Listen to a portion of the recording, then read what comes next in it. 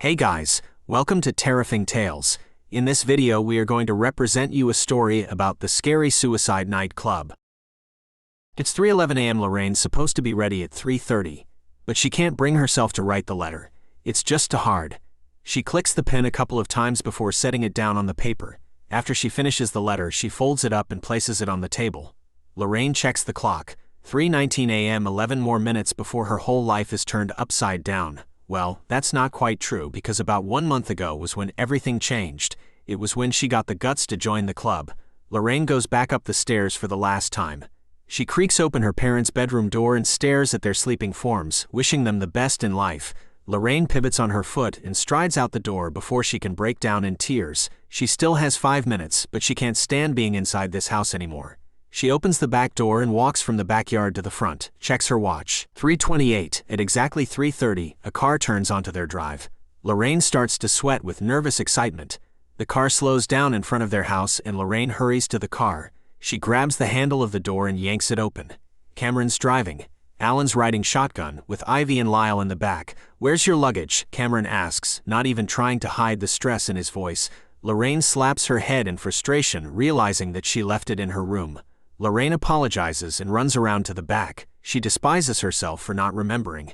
She was so hoping that she wouldn't have to ever go into this house again. Lorraine quickly grabs her luggage and goes back out the car. Cameron pops the trunk and Lorraine throws her stuff in. She slams the trunk door shut and climbs in clumsily. Her palms are beginning to sweat. Cameron hits the acceleration and they zoom off into the night. They don't speak on the long ride to the hidden house in the forest that Victor picked out for their little escapade. It's about a 30-minute drive. Lorraine can feel the tension growing when they pull into the driveway. 3 other cars are already parked there. The house isn't large at all. There will be no privacy in this house. Everyone hesitates to get out of the car. Cameron turns the music up and they all sit there, taking it in. The song ends way too soon. Cameron pulls the keys out of the ignition and opens his door, signaling everyone else to follow. They pile out of the car and walk to the house. Cameron taps lightly on the door. Robert opens the door for them and motions them to come inside, but to be quiet. He closes the door behind them and as soon as it clicks, Robert says, "Everyone's in the living room. You're the last car." The living room is cramped with 11 other teenagers. They're all huddled in groups of 2 and 3. Lorraine knows exactly what they're talking about. The leader of the group, Victor Vonnegut, claps his hands together and the room goes silent. "Well, now that everyone's here, it's time to get down to business. Make a circle," Victor instructs everyone. They follow willingly. "So here we are. We've spent almost 2 months planning this, but there's plenty of planning to go." "Cameron, go through the schedule," Victor says, folding his hands in his lap. Cameron pulls out a piece of paper and begins to read. He lists off everyone's names and a date. Lorraine's date is March 11th. Cameron finishes the list with his own name. "Okay, now think of what you want your day to be like," Victor says. Lorraine thinks long and hard. How does she want her parents to suffer? How does she want to make them pay? She hasn't come up with a single idea when Victor tells them to go around the circle and share. Victor starts. "I've already done mine, that's why I don't have a day." "I robbed them," Victor laughs jovially and pulls out a wallet full of cash. It's Alan's turn next. Quietly, he says, "I want to burn their house down." Murmurs of agreement from the group. "Is that what everyone wants? Raise your hands if you want to burn your parents' house down," Victor says, nodding his head in approval. People agree and Victor claps his hands once again. "Well then, we should have a fire spree. Cameron, I want you to take a team of 4 out and get supplies." Cameron agrees and writes something down on his little notepad. Silence fills the room as everyone thinks about what these next 2 weeks will hold for them on their families. "March 17th, Timothy whispers. "March 17th, Victor replies. He then stands up, a grin forming on his face. "My friends, this is what we've been waiting for. This is the moment, our moment," answers from the group. Lorraine rubs her hands on her arms, attempting to warm herself up. She thinks about what brought herself to this house. Her mind wanders to the many times her parents favored her sister over her. The times that they ignored her when she told them that she was getting bullied at school. She hates that for them, and that's what brought her here. That's what brought her to this club, the suicide club. Cameron still dreams about himself hanging from a tree, but along with that, he dreams about himself jumping off a building. He normally jerks himself awake before hitting the ground below, but tonight he dreams it all the way through. In his dream, he stands on top of the Smith Financial Building. It's dark and the moon is shining brightly. He can hear the sounds of the city life below. He leans precariously over the edge, staring death in the face. A voice, undoubtedly Victor's, whispers in his ear. "Jump, Cameron. jump. Cameron takes a step back from the edge and cries out, "What am I doing?" He doesn't know who he's calling to. God, his parents, Victor. It's Victor who responds. "Your parents deserve to suffer." Cameron shakes his head vigorously. He wants a different answer. "My parents did nothing to me," Cameron yells indignantly. "They treated you like dirt, Cameron. Your father beat you, your mother left you, but they loved me." "How could they love you?"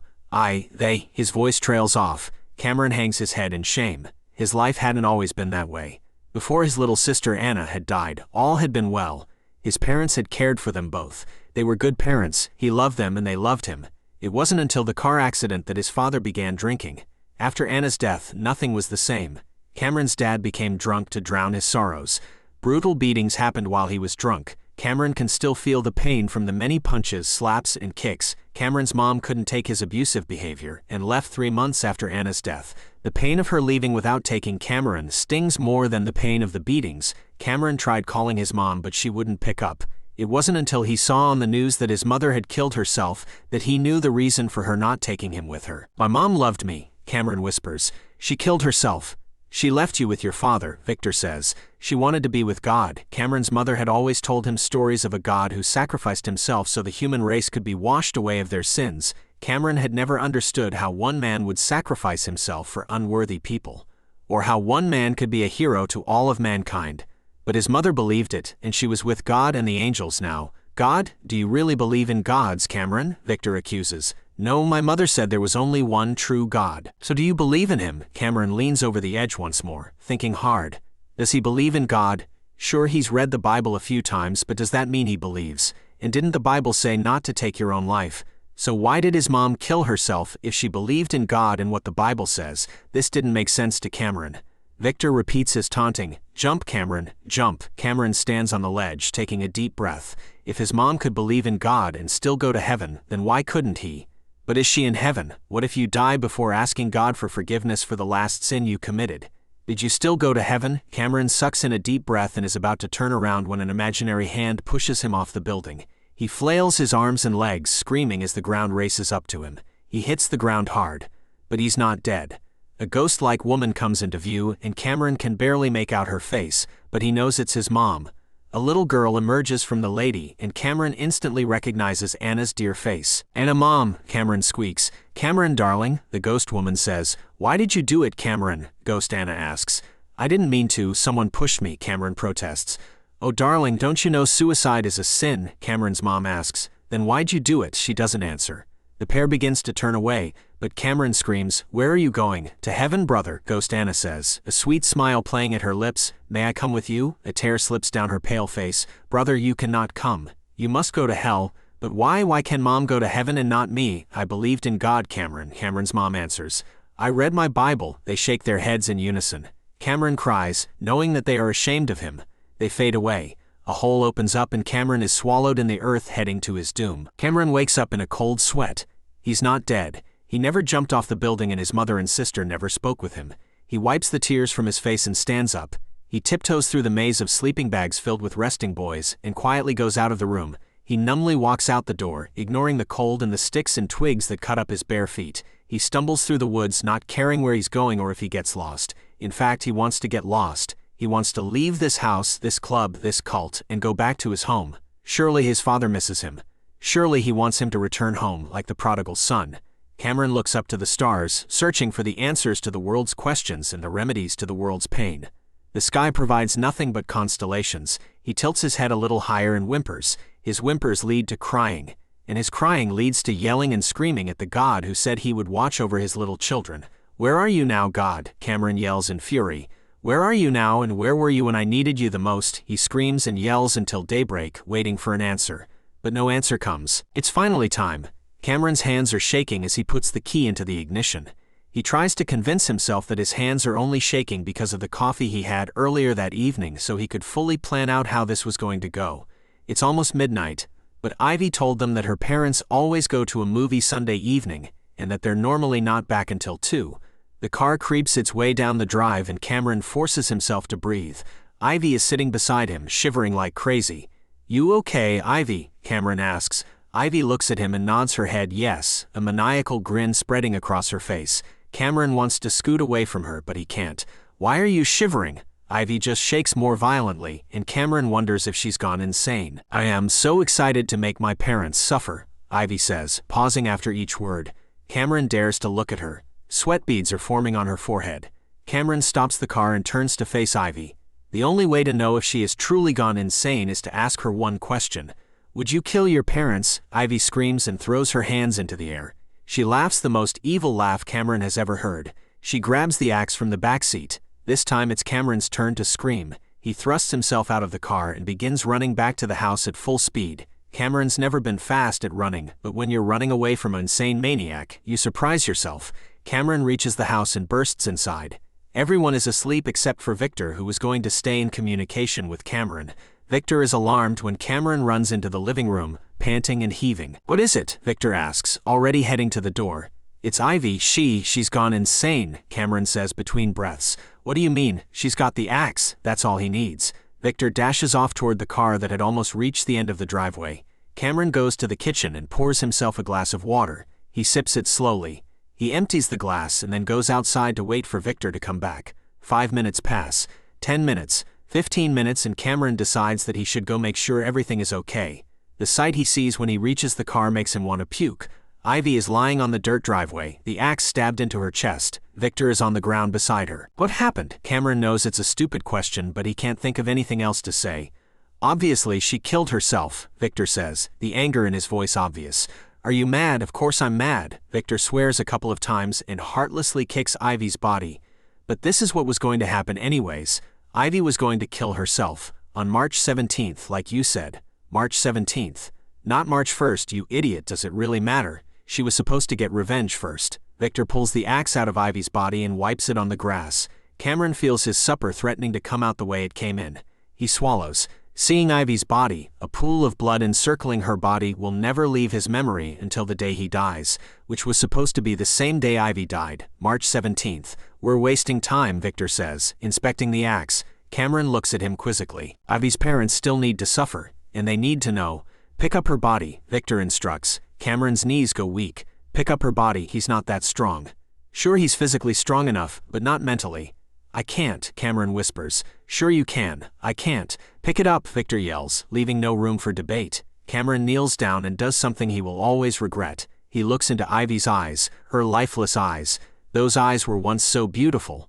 Cameron had never told anyone, but he had had a secret crush on Ivy. Cameron glances at the wound and a strange thought occurs to him. He dismisses it before it can take root in his mind. He scoops Ivy up and carries her limp body to the car. Victor opens the back door of the car and Cameron tries to set her down as nicely as possible. Hurry up, Victor yells from the front seat. Cameron shuts the door and then falls clumsily into the passenger seat. Victor drives recklessly to the destination on the GPS. They pull up to the house 45 minutes later. It's almost 2 o'clock when they reach the house. Victor takes the key that Ivy had taken from her house before they picked her up the previous morning. Cameron stays sitting until Victor yells, "Get her!" Cameron, like always, does as Victor says. Ivy's face has grown paler already, and Cameron can smell death. Cameron can hear the sound of glass breaking as he carries Ivy inside. Ivy had a beautiful home. Cameron feels as though he robbed her of it. Victor is in the living room smashing the TV along with any other electronic device he can find. Once Victor finishes, he points to a spot on the carpet. Cameron gently lays Ivy down and Victor lifts up her shirt, revealing only her bra and the wound. Cameron looks away uncomfortably, not because of the wound. "There," Victor says. Cameron looks back and gasps. Victor has placed the axe back in the wound. "What did you do that for?" Cameron demands of him. "Her parents need to see. Let's go." Cameron follows Victor back to the car. They drive away just as Ivy's parents pull in. Victor and Cameron deliver the news about Ivy the following breakfast. Lorraine doesn't eat the rest of her oatmeal. She pushes it away and holds her face in her hands. The melancholy mood doesn't stick around for long as people begin to prepare for Alan's big night. Lorraine has been selected by Cameron to go along with them and help start the fire. They load up at 4 when Alan's parents and siblings are still away from home. Cameron blasts the music as they drive the short trip to Alan's home addition. They park a couple blocks away from his house and carry their supplies to the nice brick home. Alan unlocks the front door and they go in, dumping gasoline on the floor. Lorraine goes up the stairs and into what looks like a girl's room. The room is white with pink accents. A dresser is on the left side, and on the right there's a vanity area. Lorraine lifts up the gasoline can, preventing from any more gas to trickle on the floor. This is Katie's room. Lorraine turns around to see Alan standing behind her. How old is she? Lorraine asks. 11 this Friday. Alan sets down his can of gas and goes around the room, throwing things into a Hello Kitty backpack. What are you doing? Cameron asks from the hallway. Saving some of Katie's favorite things, Alan says, his eyes never leaving the pink blanket in his hands. We need to hurry, Cameron says impatiently. Alan grabs a few more random items, tosses them into the backpack, and nods his head. Lorraine picks up the gas can and pours it around the perimeter of the room. Let's go, people, Cameron yells, and they all head downstairs. Once they're all outside, Cameron says, Alan, would you do us the honors? Alan strides inside, a grim smile on his face. He returns moments later and they all pile into the car. As they pull away, Lorraine can see smoke coming out the open kitchen window. Alan stares straight ahead and asks Cameron not to turn the music on. They pass a fire truck on the way back to the cottage. Victor greets them at the door when they arrive. How was it, Alan? Victor asks, patting Alan on the back. I'm not sure, Alan replies. Well, I'm sure we'd all be interested in hearing your experience in bringing justice. But what if I don't want to share? Why would you not want to? Was it not what it was cracked up to be? No, just different. Alan shakes his head and leaves the room. Who's next on the list, Cameron? Victor asks, turning his attention to Cameron, who seemed to be deep in thought. Tomorrow's March 3rd, so that would be Tara. What does she have planned? Same as Alan. Fire, but this time at night. Pick a team again to go with you. Victor leaves the room, and it's just Cameron and Lorraine in the foyer. Do you want to come again, Lorraine? Cameron inquires, jotting down some notes on his notepad. No thank you, Lorraine says, not wanting to be a part of burning a little girl's room. Okay. Cameron walks out of the room and leaves Lorraine in the room alone with her thoughts, and that is something she despises. Cameron can't fall asleep. He's only been on this crazy roller coaster for 3 whole days, but it feels like it's been an eternity. He's seen 1 girl go insane and 2 house fires. It's almost too much for him to handle. He runs through the next couple of days through his head. Fire tomorrow. Fire in 2 days. But in 3 days, it's going to be something completely different. Timothy Reston has something different in mind. And Cameron doesn't want to be a part of it. But being Victor's right-hand man and planner, he has to be. Cameron leans over to the nightstand and grabs his notepad. The moonlight coming in from the window is just enough for him to make out his little scribbles, which he calls notes. He reads what he wrote down for Timothy. Go to house at 6 o'clock while family's having supper. Timothy has a nice chat with them. Takes gun and shoots himself. He's read over this plan multiple times, but he still shivers every time. Cameron has begged Victor to let him stay outside the house, but Victor insists that he be there to witness it. Cameron grabs a pencil, flips to a new sheet of paper, and begins to doodle. He never knows for sure what he's going to create when he first starts to draw. Cameron makes a perfect oval circle shape, making sure to turn at his wrist instead of his fingers. He continues to sketch for a full 5 minutes before pulling his pencil away. He examines his creation. Cameron's heart skips a beat when he makes out what it is. It's someone being hung from a tree, and the lifeless form that's being hung is none other than himself. Cameron drifts in and out of sleep, wandering into several dreams. Each dream ends the same way, with his death. Even though Cameron had crumpled up the paper and tossed it into the trash can, he can't get the image out of his mind. Death. Death, death, death. That's all he can think about. But of course that's all he can think of. He's part of something called the Suicide Club. Isn't death all he should think about?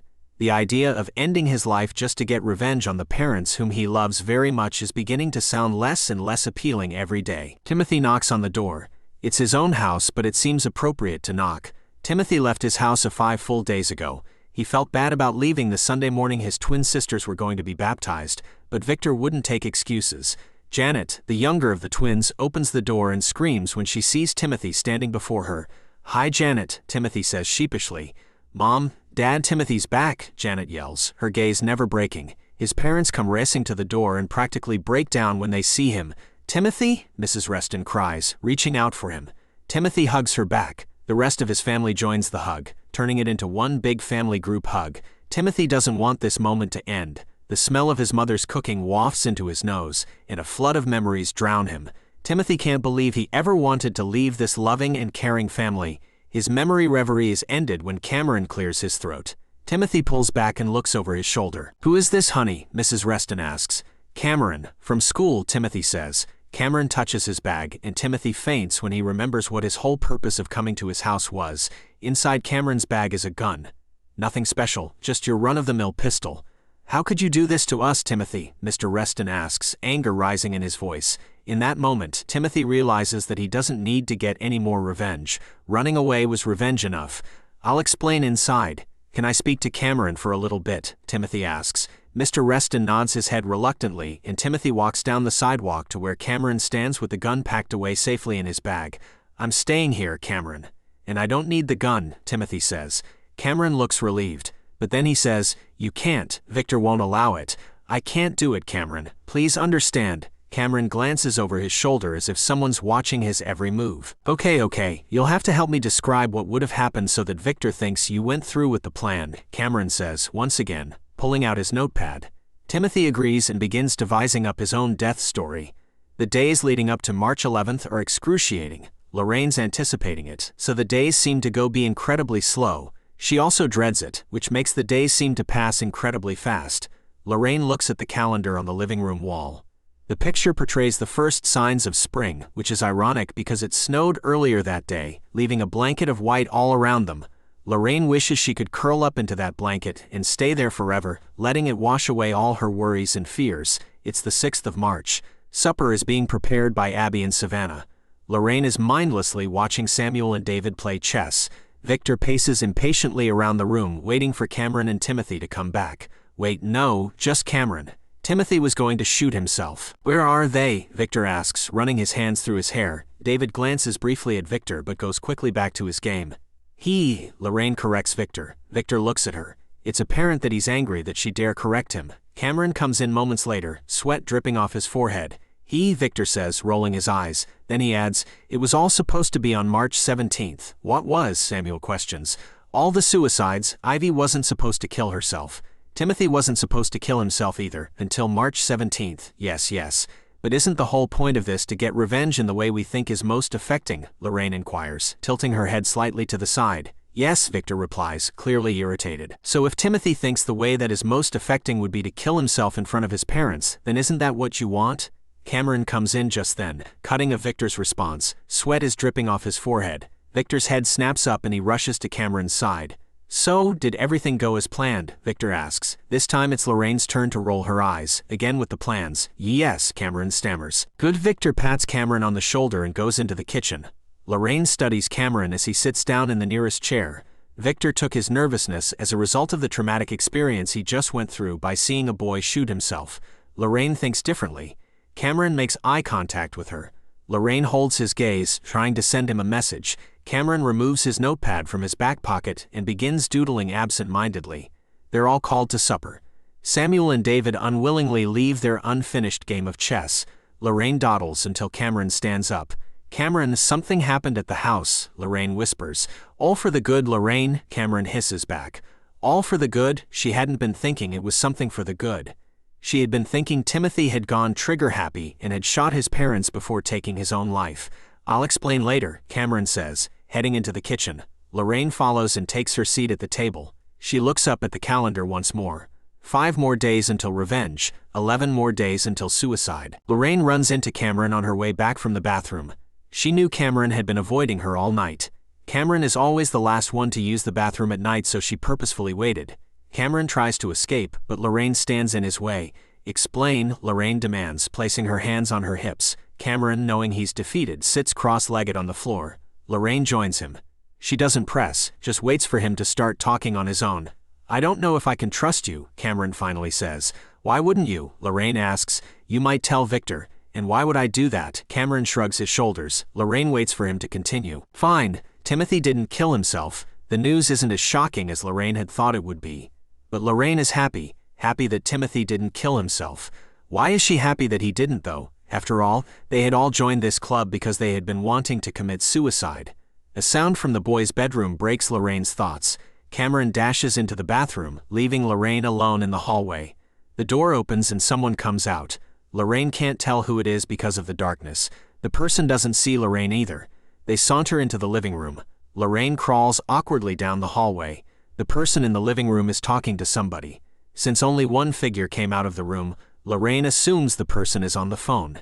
And since Victor prohibited anyone from bringing a phone along, there can only be one person who has a phone accessible. And that would be Victor himself. Ivy was a setback. She was expressing her doubts to others. It had to be done, Victor says to whoever is on the other line. Lorraine tries to quiet her beating heart. What had to be done? Ivy killed herself with the axe. Or maybe someone touches her shoulder. Lorraine tries to scream, but the person muffles it with their hand. It didn't work. Victor comes around the corner, running into Lorraine. "What are you doing?" Victor yells angrily. Lorraine stammers. No matter how hard she tries, she can't think of an excuse to sitting on the floor. Lorraine looks to see who had touched her shoulder, but the person is already gone.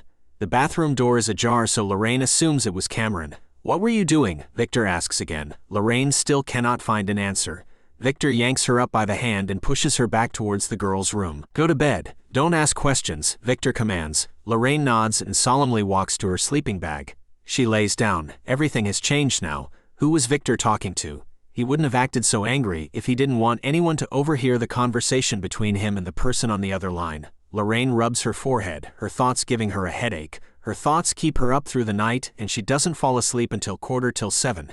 She is woken up by Abby an hour later. Victor gives her a cold stare when she enters the kitchen. Cameron sees the exchange and looks at Lorraine with worry. Lorraine shakes her head. She takes her seat, looking at the calendar once again. March 7th. One day closer to March 11th. One day closer to March 17th. Victor is angry. Victor is scared. Those above him are getting impatient. And now there's Lorraine to deal with. He's not sure how much she overheard, but she was for sure trying to listen into his phone call. Plans have to go on though. They can't go on pause just for Lorraine. He has to continue the plans, so he pulls Cameron aside after lunch. "Cameron, we need to have a chat outside," Victor tells him. "Now?" Cameron asks. "Now?" Cameron follows Victor outside and through the woods. "Why are we going way out here?" Cameron asks him once, after 5 minutes of wandering through the woods. "Because I want this conversation to be private," Victor says, sitting on a nearby fallen log. Cameron sits beside him and pulls out his notepad, his stupid little notepad. "Put the notepad away," Victor commands. "Why?" "Because I said so." Cameron puts it away, and Victor suppresses a smile. Cameron, his little pet, like a little puppy who will do anything for his master, even though it doesn't know why. Victor was slightly surprised when Cameron had agreed to be his planner last month. He had known Cameron was smart, and that was why he chose him, but he didn't know that Cameron would agree so willingly. "March 17th, Cameron," Victor says. "What about it?" Cameron asks, flipping a pencil around in his hands. "It's the day I die." "Me too." "No, Cameron." Cameron eyes Victor warily. "What do you mean? I have different plans for you." "What kind of plans?" "Glorious plans. You're camera savvy, right?" "I guess I wouldn't say savvy, but sure." "Good. I want you to record my and the other 15 members' death." Cameron faces Victor straight on and says, "No." Victor sighs. Cameron does this all the time, acts as though he's strong enough to say no, but then quickly succumbs to Victor's pleas. "Why won't you?" Victor inquires. I just can't." "That's not a good reason, Cameron." Cameron doesn't respond, and Victor takes that as a confirmation that Cameron will do what he says. On March 17th at 5 o'clock sharp, me and the 15 other members will jump off the Smith Financial Building. This is the first time Victor has told anybody what the exact plans of the suicide will be. Sure, he gave brief ideas but never chose something as final. After all, he needed a quick getaway, and one was possible with the Smith Financial Building. Cameron still doesn't speak, so Victor continues. "You will record the whole thing and then you will upload it to YouTube. How will you know if I actually upload it?" "I could just delete it," Cameron challenges. "I'll know, and you'll do it." "Good talk, Cameron," Victor replies. He pats Cameron on the back before walking back to the house with a sly grin on his face. It's March 11th. The time is 7:54 a.m. Lorraine's parents are already at work, and her sister Allison is at school. Lorraine is sitting in the backseat of the Honda Civic that has been dubbed Revenge Transportation. Cameron is driving and Victor is in the passenger seat. This is Victor's first time on another club member's revenge trip. Lorraine assumes it's because of the phone call she overheard. Lorraine guides Cameron through her housing addition. Her house is nestled at the very back, in front of the woods. Lorraine's mind flashes back to when she was a little kid. She remembers her and Allison swinging on the tire swing that their dad had made for them when they were just toddlers. Cameron parks on the side of the road. Victor cranes his neck around to look at Lorraine. "You ready, Lorraine?" Victor asks, a sickening grin spreading over his face. "As ready as I'll ever be," Lorraine says. They begin to pull out the supplies. Victor pulls out an axe. Cameron shudders and asks, "Victor, why did you bring that?" again with the grin. "I have some ideas for Lorraine," Victor answers, handing the axe to her. Lorraine takes it gingerly. "What kind of ideas?" Lorraine inquires, noticing a mark of dry blood. "To smash all the pictures of your sister." "Won't the fire do that for itself?" "Lorraine, you need to think outside the box. Now go inside and collect all the pictures of your sister." Leave the gasoline pouring to me and Cameron, Lorraine agrees, knowing she has no choice. She enters her house and another wave of memories fills her mind. She ignores them. She grabs the nearest picture of Allison. Lorraine can't help but cry. Despite Allison being the favorite, she never hated her. Allison was sweet, kind, and always so nice. Lorraine had never been surprised that Allison was the favorite. She jumps when Victor whispers in her ear, "Ah yes, Allison, is it not?" "Yes," Lorraine murmurs. Victor wraps his arms around Lorraine and takes the picture from her hands. He pulls back and sets the picture on the floor. "Smash it," he demands. Lorraine glances at the axe and shivers. "I can't," she says. "Do it, Lorraine." "No, I'm not doing it," Lorraine announces. "You're trying my patience. Do it now." "No," Lorraine can tell that Victor is on the edge of yelling. She suppresses a grin, proud of herself for standing up to him. Victor straightens his back, towering over Lorraine. "Don't you want to get revenge?" Lorraine is about to say yes when she begins to rethink herself. Does she really want to get revenge so bad that she wants to burn her parents' house down and then kill herself a week later? Isn't killing herself revenge enough? Victor senses that Lorraine is doubting herself. "Your parents loved Allison, but they didn't love you. They never loved you," Victor taunts. But Lorraine won't give in, and she won't set her house on fire. "No, I'm not going to smash these pictures, and I'm not going to burn my own house," Lorraine says, her confidence growing. "Fine, Cameron," Victor says angrily. "Yes," Cameron calls from the kitchen. "Have you covered the house?" "Yes, sir." "Set it on fire." "But isn't Lorraine supposed to do that?" "Yes." "Lorraine, are you sure you don't want to get revenge on your parents?" "Killing myself is revenge enough," Lorraine answers. Victor seems to relax a little. "Go ahead, Cameron." "No, please," Lorraine protests. She smells the smoke but cannot yet feel the heat. Cameron pushes between them and runs outside. Lorraine stares at Victor in shock. He holds her gaze before slowly turning away to follow Cameron. She knows the house is burning. She knows she must run. But she can't bring herself to leave the house that she grew up in. The house that holds so many memories. Memories of birthday parties, family Christmas gatherings. Memories of plays that Lorraine and Allison made. She hears someone in the distance calling her name. She can feel the heat now. She can see the flames. They creep around the wall and crawl down the hallway towards her. She turns to run and steps on the picture of Allison, smashing the glass as she does. She hastily picks it up and sprints towards the door. Smoke is beginning to fill her lungs, and she coughs. Lorraine drops to the floor and crawls her way out, trying to stay below the thick layer of smoke. Victor and Cameron are waiting for her in the car. She stumbles into the vehicle, and Cameron hits the gas. Lorraine's last image before she passes out is the house she loved burning to ashes. Something cold touches her face. Lorraine squirms away, but the cold thing comes back. She slowly opens her eyes and sees Cameron. He's leaning over her, his hand on her forehead. She shoves his hand away and mumbles, "Stop touching me." Cameron leans back and offers her a slight smile.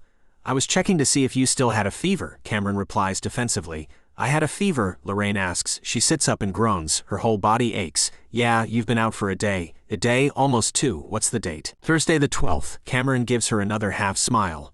The door barges open and Victor comes in. Lorraine can tell he's furious. "Finally, you're awake," Victor says, trying to sound happy. "What exactly happened?" Lorraine asks, sitting up slower this time. "You passed out. Broke out in a fever. Haven't said anything since yesterday before we burned your house," Victor says, patting Lorraine's shoulder.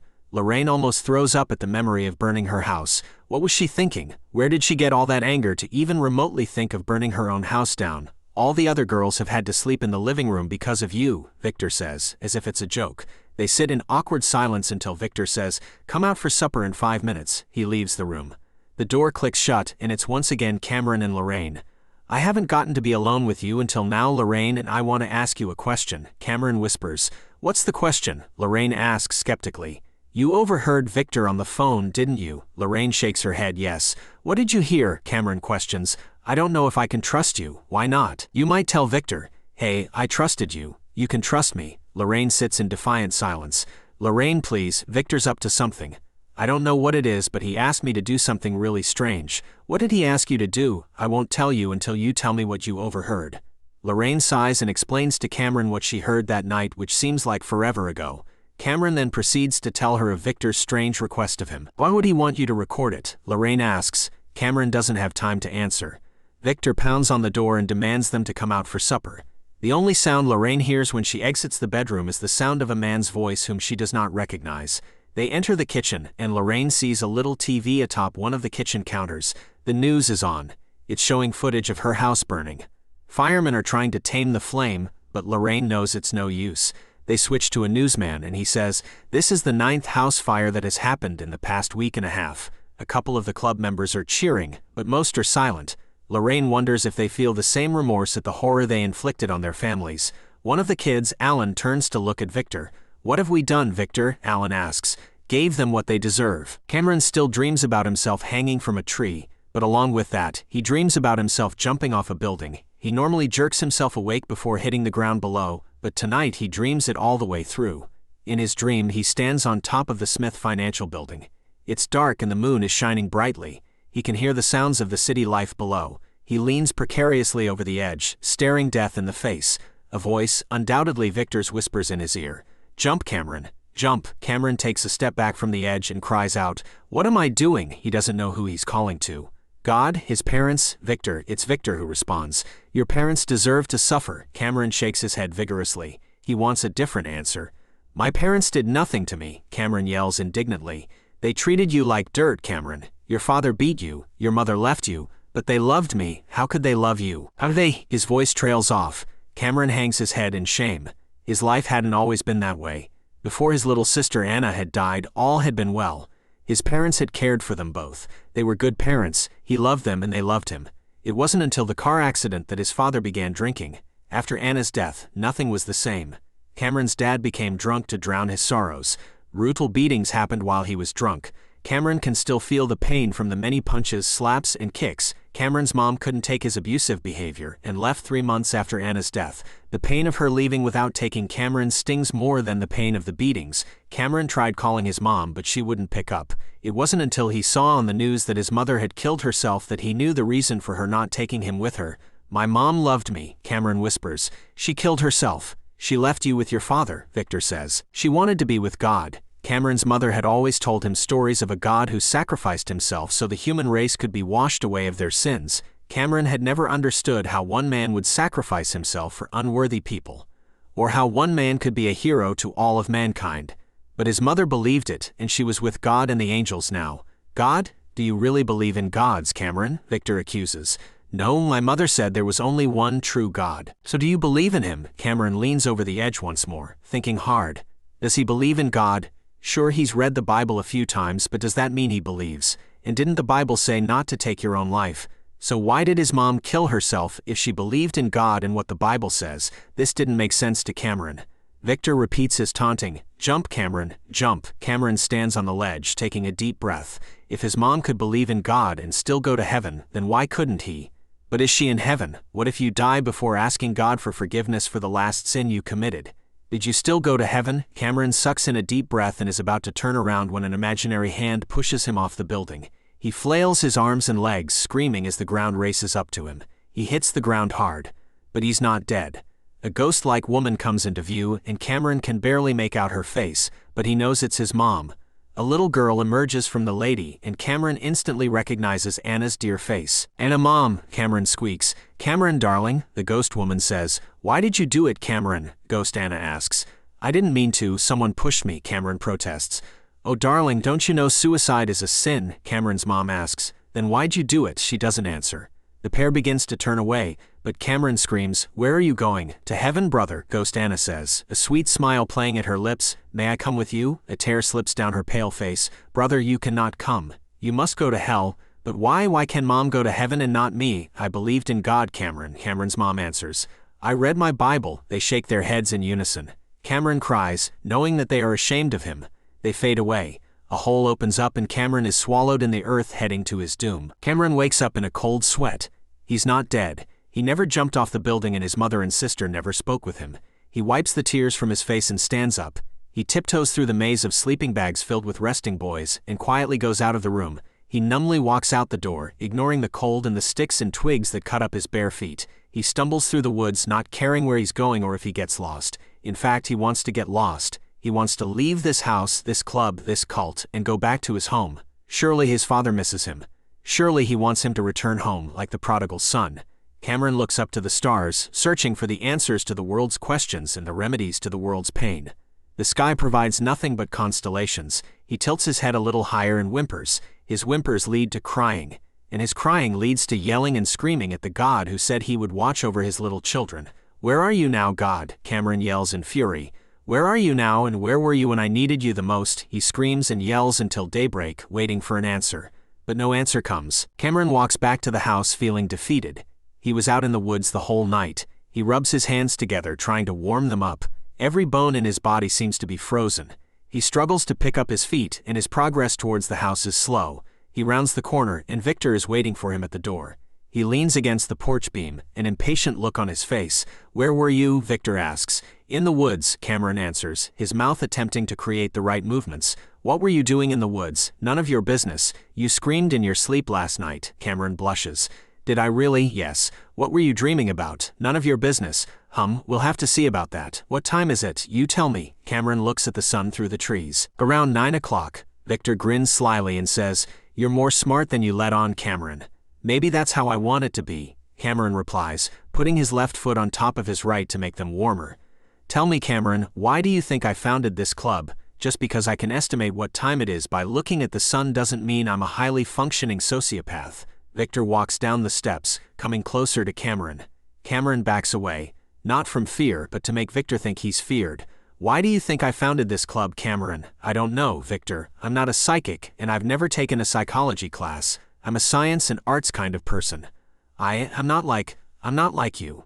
Victor takes a step away, clearly satisfied. Cameron doesn't know why Victor wanted to ask him those questions or what answer he was looking for, but he must have given him what he wanted because Victor motions him to come back inside. I'm about to tell everyone my grand plan. About March 17th, Victor doesn't reply but Cameron knows he's right. The kids are sitting in the living room, positioned exactly as they were that first night. Ivy and Timothy are the only ones missing. Timothy. Cameron almost forgot he was still alive. He must have made a face because Victor looks at him skeptically. Anything else you'd like to discuss privately, Cameron? Victor inquires. No, Victor, Cameron responds. Good. Victor claps his hands and the small chit-chat that was happening stops immediately. We are 4 days away from March 17th. How are you all feeling? Victor asks the group as a whole. Lorraine's the first one to speak up. Angry, she says. Victor's eyes narrow until they're just little slits. And why would you be angry, Lorraine? I'm angry because I told you that I didn't want my house to be burned, and you gave Cameron the word anyway. Those who weren't paying much attention before are all listening now. Lorraine, you weren't feeling well that day. You had a fever, remember? I was feeling fine until after I passed out. No, I distinctly remember you telling me and Cameron that you weren't feeling well that morning before the fire. Isn't that right, Cameron? Cameron fiddles with his fingers. He looks back and forth between Victor and Lorraine. Victor's gaze is narrow. Lorraine seems to be pleading with him to tell the truth. Cameron doesn't know what they would be, but he knows there would be consequences if he disobeyed. But what could Victor do to him? He can tell the truth. He can do it. That's right, so he can't do it. He can't ignore Victor's orders. He is literally Victor's pet. A smile quickly passes over Victor's mouth before he turns back to Lorraine. See, I wonder if you're still not feeling okay. In fact, why don't you take another sick day? Victor says.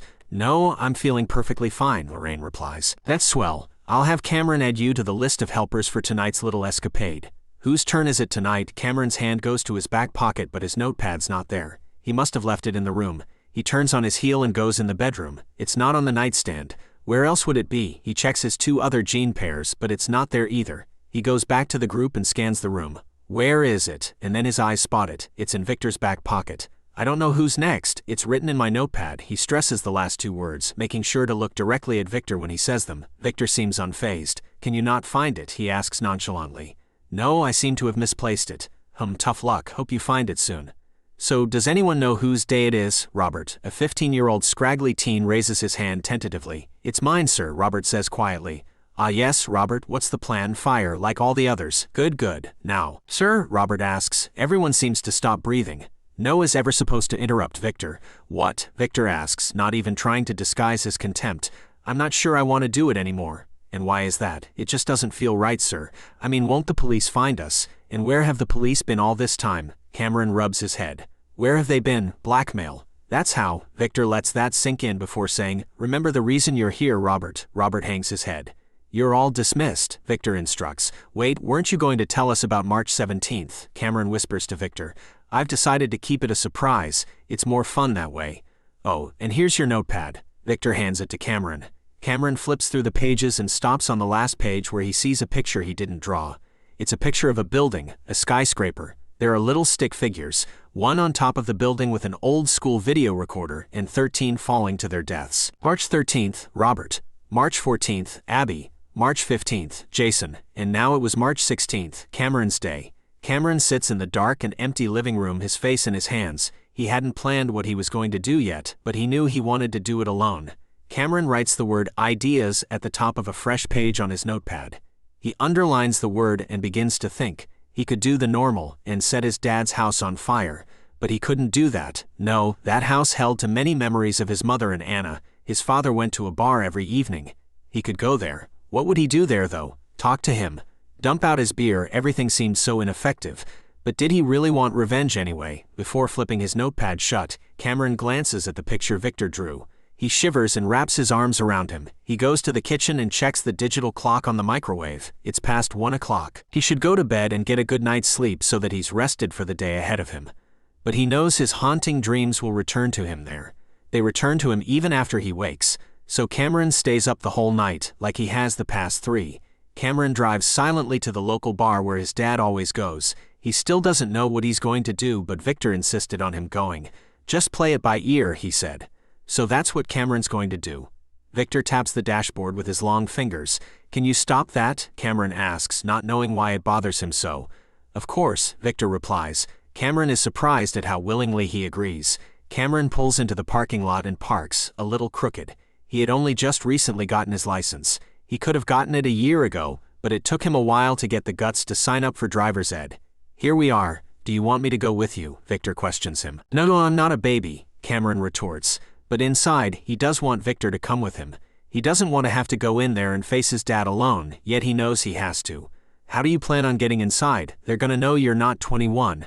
I have a plan. Cameron smacks his knee discreetly, having not even thought about how to get in. There had to be a way.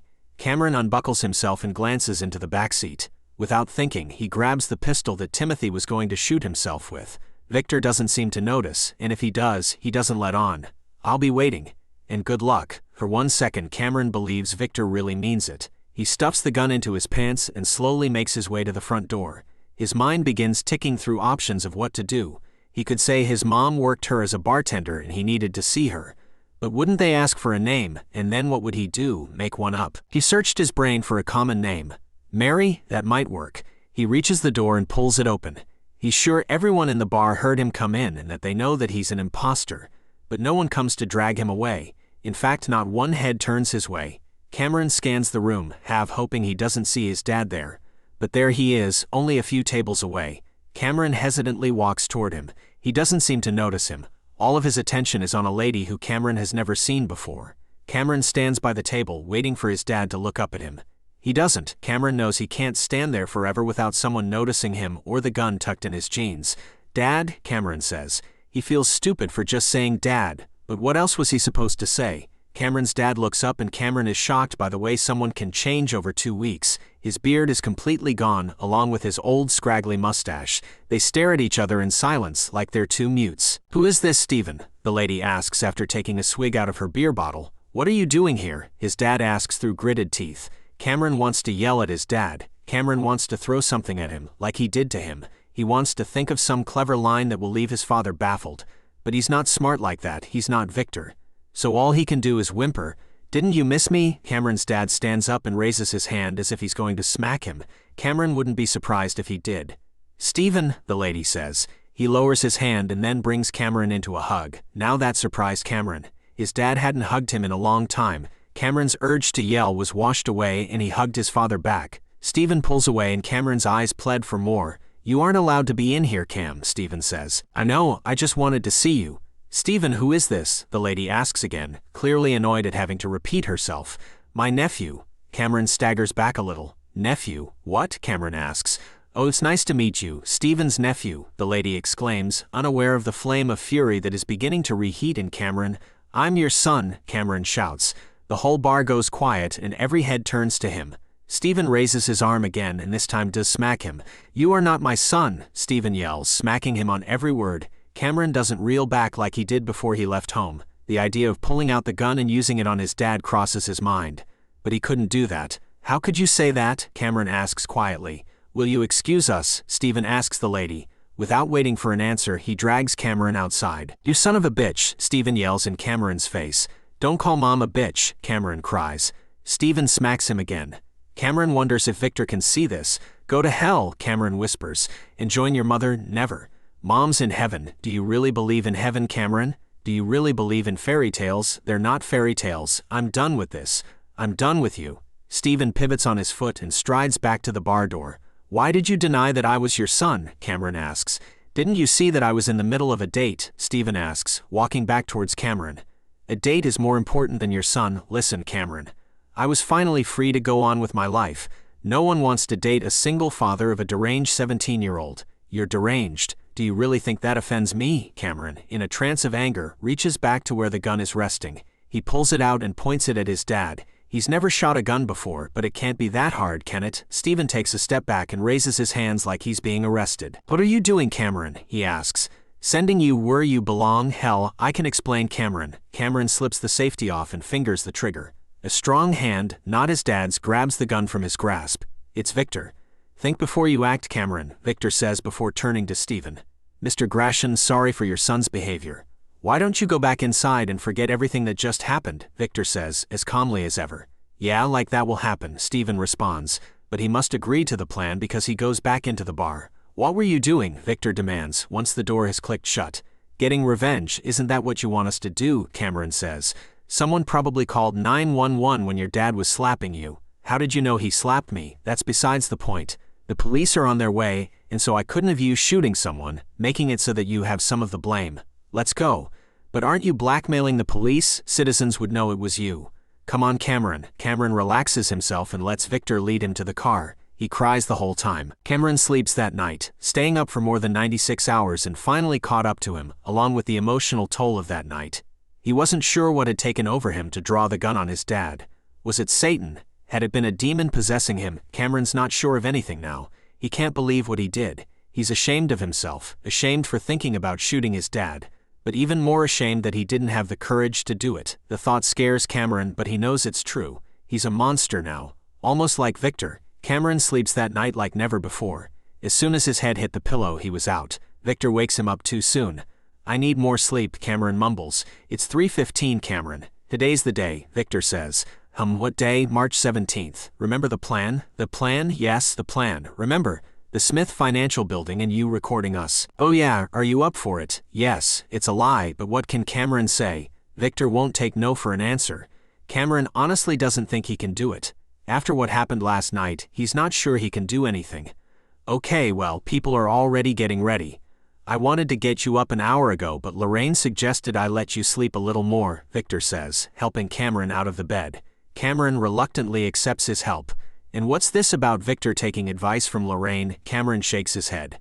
"There's too much to think about. Get ready and then join us in the living room, okay?" Cameron nods his head. Victor leaves the room. Cameron sits back down on the bed.